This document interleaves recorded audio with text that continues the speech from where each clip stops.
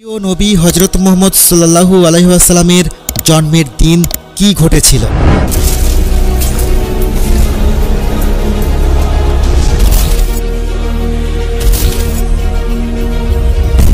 এক ব্যক্তি হযরত আলী রাদিয়াল্লাহু তাআলা আনহুর কাছে এসে জানতে চাইল, হে আলী, আমাকে বলুন সৃষ্টির সবচেয়ে বড় মুজিজা কি। হযরত আলী রাদিয়াল্লাহু তাআলা আনহু বললেন, এই সৃষ্টির সবচেয়ে বড় মুজিজা হলো সেই দিন যেদিন আল্লাহ তাআলা তাঁর প্রিয় নবীকে পৃথিবীতে প্রেরণ করেন। সেই ব্যক্তি আবারও জিজ্ঞাসা করলেন, হে আলী, সেই দিনে কি কি ঘটেছিল। হযরত আলী রাদিয়াল্লাহু তাআলা আনহু বললেন, শোনো, যেদিন আল্লাহ তাআলা তাঁর প্রিয় নবীকে পৃথিবীতে পাঠিয়েছিলেন, আকাশের তারাগুলো এমনভাবে আলোকিত হয়েছিল যে পৃথিবীর সমস্ত জ্যোতিষীরা সেজদায় পড়ে গিয়েছিল। সেদিন মিশর ও রোমে দুর্ভিক্ষ চলছিল, কিন্তু নবী মুহাম্মদ সাল্লাল্লাহু আলাইহি ওয়াসাল্লামের আগমনের সাথে সাথে মিশর ও রোমে বৃষ্টি শুরু হয়েছিল এবং লোকেরা আনন্দে নেচে উঠেছিল।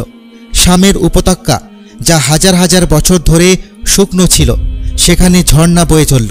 যেখানে আগুনের পূজা করা হতো সেই সব জায়গায় আগুন নিজে নিজেই নিভে গেল এবং পারস্যের সেই অগ্নিকুণ্ড, যা পূজা করা হতো এবং পারস্যের লোকেরা গর্ব করত, সেই আগুনও নিভে গেল।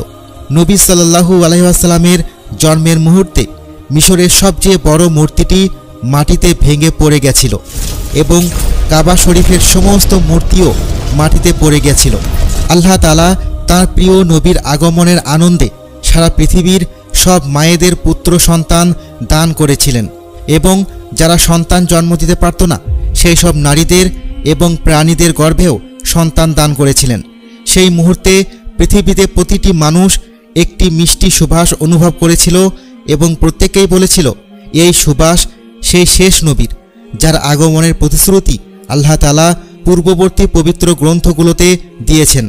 হযরত আলী রাদিয়াল্লাহু তাআলা আনহু আরও বললেন, যখন নবী সাল্লাল্লাহু আলাইহি ওয়াসাল্লাম জন্মগ্রহণ করেছিলেন, পৃথিবীর সমস্ত গাছপালা হযরত আব্দুল মুতাল্লিবের ঘরের দিকে ঝুঁকেছিল। হযরত আব্দুল মুতাল্লিব যখন এই দৃশ্য দেখলেন, তিনি মুচকি হেসে ঘরের দিকে গেলেন এবং দেখলেন তার ঘর থেকে আলোর ঝলকানি বের হচ্ছে, অথচ কোনো প্রদীপ ছিল না। রাতে আশেপাশের মহিলারা যখন আমিনা রাদিয়াল্লাহু তাআলা আনহার ঘরে এসে বললেন, তুমি এত ধনী হয়ে গেছো যে রাতে প্রদীপ জ্বালিয়ে রাখছো। যদিও ধনী ব্যক্তিরা রাতে প্রদীপ নিভিয়ে রাখে। হযরত আমিনা রাদিয়াল্লাহু তাআলা আনহা তখন বললেন, এসো আমি তোমাদের দেখাই আমার ঘরে কোন আলো জ্বলছে। মহিলারা ঘরে প্রবেশ করে দেখলেন নবী সাল্লাল্লাহু আলাইহি ওয়াসাল্লাম দোলনায় শুয়ে আছেন এবং চারপাশে নূরের আলো ছড়িয়ে রয়েছে। সেই নূরের কারণেই পুরো ঘর আলোকিত ছিল।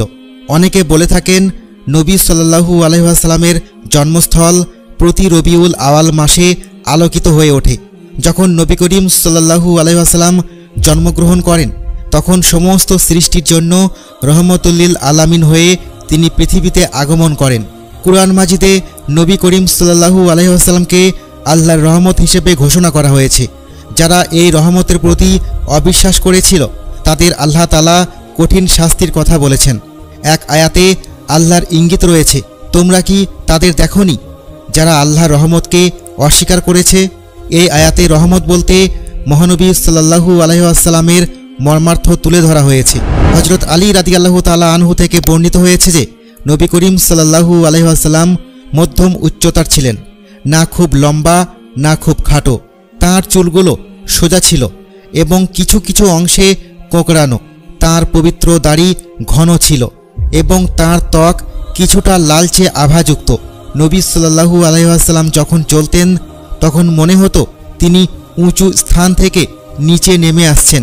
তিনি যখন কারো প্রতি মনোযোগ দিতেন তখন পূর্ণ মনোযোগ সহকারে দিতেন।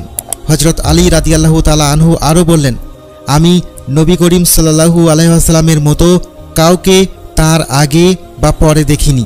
আল্লাহ আমাদের সবাইকে নবী করিম সাল্লাল্লাহু আলাইহি ওয়াসাল্লামের সুন্নাহ অনুসরণ করার এবং তার শিক্ষার উপর আমল করার তৌফিক দান করুন। আমিন।